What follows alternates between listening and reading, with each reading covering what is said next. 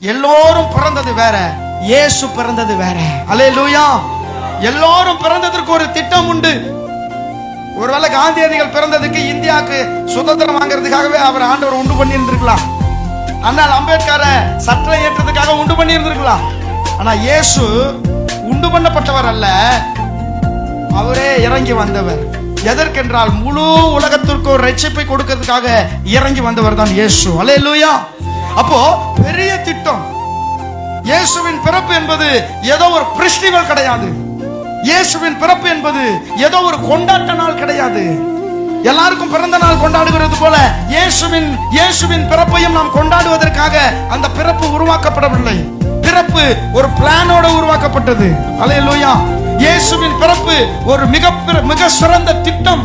அது அனாதி திட்டம். அல்லேலூயா. உலக தோற்றத்திற்கு முன்பே அடிக்கப்பட்ட